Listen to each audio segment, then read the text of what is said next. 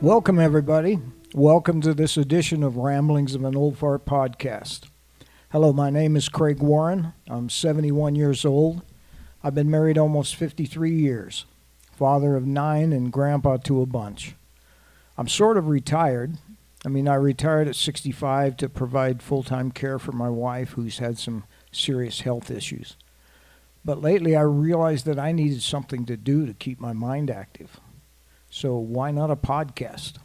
I have a lot of experience. I've definitely done a lot of things in my 50 plus years in the workforce. I have a lot of opinions, so what more would I need? I should mention that I have never been a member of a political party, and I do not intend to do so. My podcasts do not come from a political place, just a factual and common sense place. Today I want to talk to you a little about the issue going on in Iran, but from a little different point of view. I call this podcast the energy hostage crisis. Energy handcuffs, if you will. We're being told all the time, especially over the last couple of years, that we're energy independent. You know, we see all the oil rigs in Texas and here where I live in Utah and Wyoming and the Dakotas. They're pumping oil like crazy. And yet a drone strike in the Strait of Hormuz, 7,000 miles away, just added $2 a gallon to the gas here in Utah. If we have the oil, why are we paying a ransom to the Middle East? Something doesn't smell right here, right? And that's just the way I see it. And so today I'm going to want to follow that scent just a little bit, see where it leads. Even though the U.S. produces a massive amount of oil, it's mostly what they call light sweet crude oil from places like Texas and North Dakota and other places. Well, decades ago, many of the major U.S. refineries were built specifically to process the heavy sour crude, the stuff that comes from the Middle East and Venezuela. Comes down to a matter we have the wrong kitchen. That's kind of an analogy, but it's true. It takes a different type of refinery to refine the light sweet crude that we have versus that heavy crude, that sludge stuff that comes from the Middle East. Our refineries were built for foreign sludge. We have, in my opinion, we have like the premium steak or the premium grade, this light sweet crude is premium grade stuff. But we sell it to Europe or some other places, and then we get stuck with hamburger helper, that foreign sludge stuff I was talking about. It keeps us tied to the Middle East. Maybe we should rethink this recent Venezuela thing. Does that help our oil independence, or does that just tie us to a different master? Same sludge, different supplier. Big Oil chose not to retool. They've had opportunities, but they would rather export our premium stuff and then buy sludge from dictators around the world somewhere, and they can make a lot bigger profits. But we have a couple of issues here. The first one was the refiners I talked about. The second one is what I call the Jones Act of 1920. And the Jones Act was passed back then, and it basically says that if you're going to ship oil from one port in the U.S. to another port in the U.S., it has to be done on U.S.-made ships. And I assume that's just you have to fly the American flag, too. But see, even if we fix the refinery issue, we don't have the American ships to move all that oil. So instead of spending a few $1 billion to retool these refineries to handle our own American oil, big companies find it more profitable just to export our good stuff and then import the cheap stuff. And that's where we're at. That's why we're stuck. I call this the moron factor, kind of, because it's like you own a dairy farm, but you have to export your milk because our local bottling plant only knows how to process soy milk. Something stupid like that, right? A couple of weeks ago, I believe it was on March 17th, the administration actually issued a 60-day waiver of the Jones Act. because of the war. They finally admitted that we don't have enough ships to move our own resources during this emergency. Even if we fix the refineries tomorrow, we still have the Jones Act problem, right? So he waived that for 60 days, but I'm not sure why we just don't get rid of it and figure out how to use our own oil. Okay, so to move our oil from the Gulf to the East Coast, like Texas to New York or somewhere, we would have to build some of these tankers, the ones that would qualify and be compliant under the Jones Act. It's estimated that they would cost about $150 million. The research showed that we'd probably need about 30 of these so that we could be self-sufficient, get our oil to wherever we needed it. And that's estimated to cost about $4.5 billion. When you think about it, we spent more than $4.5 billion in the very first week in the Iran conflict here recently. That even goes even farther, because this is just a choice. This isn't about the money. This is a choice. For $25 billion approximately, it's estimated that we could have retooled every refinery on the Gulf Coast in America. Then we could use our American oil. We aren't victims of a global market. We're victims of government policy and lobbyists.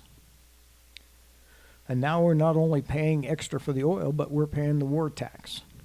We're using our Navy to protect the very oil that we claim we don't really need, but yet we really need. You ever heard the old saying that if it looks like a duck and quacks like a duck, it's probably a duck, right? Well, if it looks like a monopoly and quacks like a monopoly, it's probably a monopoly. And these big companies are double dipping for the profit thing. They export our oil for huge profits, and then we import the cheap junk from wherever, and then we have to pay high prices at the pump. So who's supposed to be protecting us from that stuff? Well, our government and specific government agencies. But here's the problem. Even when the law is clear, the referees, the FTC and the DOJ, have changed their style. They've gone like some of our judges. If you've listened to my other podcasts, you know how I feel about judges.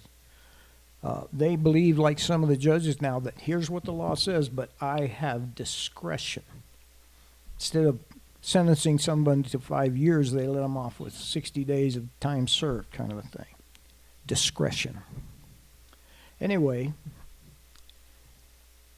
in January of 2025, the FTC got a new chairman, Andrew Ferguson.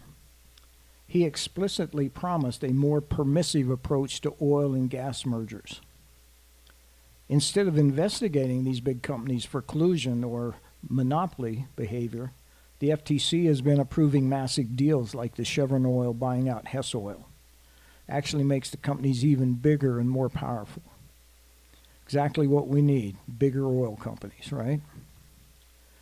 And last week, oh man, I can't believe I'm even saying this. I thought there's no way in the world I would ever agree with Senator Elizabeth Warren. I find her to be a moron most of the time. But her and several other lawmakers sent a formal letter to the FTC recently. They pointed out that since the war with Iran started on February 28th, gas prices have spiked to 30%, 40% rate. Fertilizers up at least 40%, jet fuel's up 60%, and the list goes on and on. They're calling it war-related price gouging, and they are absolutely right. Literally, they're accusing the companies of using the war as a despicable way to hide their profit-taking. And then we also have a lawsuit. And this is another thing I thought I would never... You guys know I've been picking on liberals for a while now, and they deserve it, but I never thought I would agree with this or even think that the state of Michigan would do something that's actually right. But they have actually filed a lawsuit against BP, Chevron, ExxonMobil, and Shell. They're not just suing over environmental issues, which that would be what I would have expected, but they are actually using antitrust laws like the Sherman and Clayton Acts. You see, those acts came about in the like 1915 to 1920 area. Those are the ones they used to break up the Standard Oil. That was the Rockefellers, where they pretty much had total control of everything. They allege that these companies conspired to suppress competition from electric vehicles and renewable energy to keep everyone hostage to the gas pump. And they're absolutely right. However, the response from the big oil companies through their lobby group, the American Petroleum Institute, you notice how these guys come up with these very benign sounding names and something that gives them, I don't know, some kind of credibility, like an institute. Now, they're just political hacks. Let's be clear about that. But they're currently lobbying Congress to pass a new law in 2026 that would make it illegal for states to sue them, like the Michigan case. See, I'm pretty sure they're arguing that the Jones Act, the Sherman and Clayton Acts were federal, so it would have to go through the federal courts. However, the federal doesn't seem to want to do their job. So, I don't know, we'll see how it plays out. But I want to explain to you kind of my thoughts about this whole thing. It's not just the oil. This has bigger implications than just that. The oil and gas leases that our government makes available to oil companies represent an asset of the American people, the way I see it. All of our resources should actually truly belong to the American people. Any and all assets belonging to us should benefit us first. Allowing companies to make a profit at it as well is a good thing. That's what makes the whole thing work. But at how much profit, right? That's my concern. But we should never allow them to sell our top-grade stuff overseas for huge profits of which we don't get any benefit, right? They sell over there and you make huge profits. That doesn't benefit us at all, really. And then they import cheap junk oil and make us pay premium price at the pump. And then we have the conflict in the Middle East now, and now we have to pay even more when our oil is not any risk, right? Our assets should always be for the benefit of us first, not for some corporation to make astronomical profits. I think that makes perfectly good sense. But what I want to do here for a second is show you what I mean when I said that our oil is not at any risk. You see, if we have a load of light sweet crude leaving Texas from Corpus Christi or Houston, and it's heading towards Rotterdam in Amsterdam, for instance, and quite a bit of it goes there, by the way, it follows a path that is currently 100% clear of any kind of military conflict.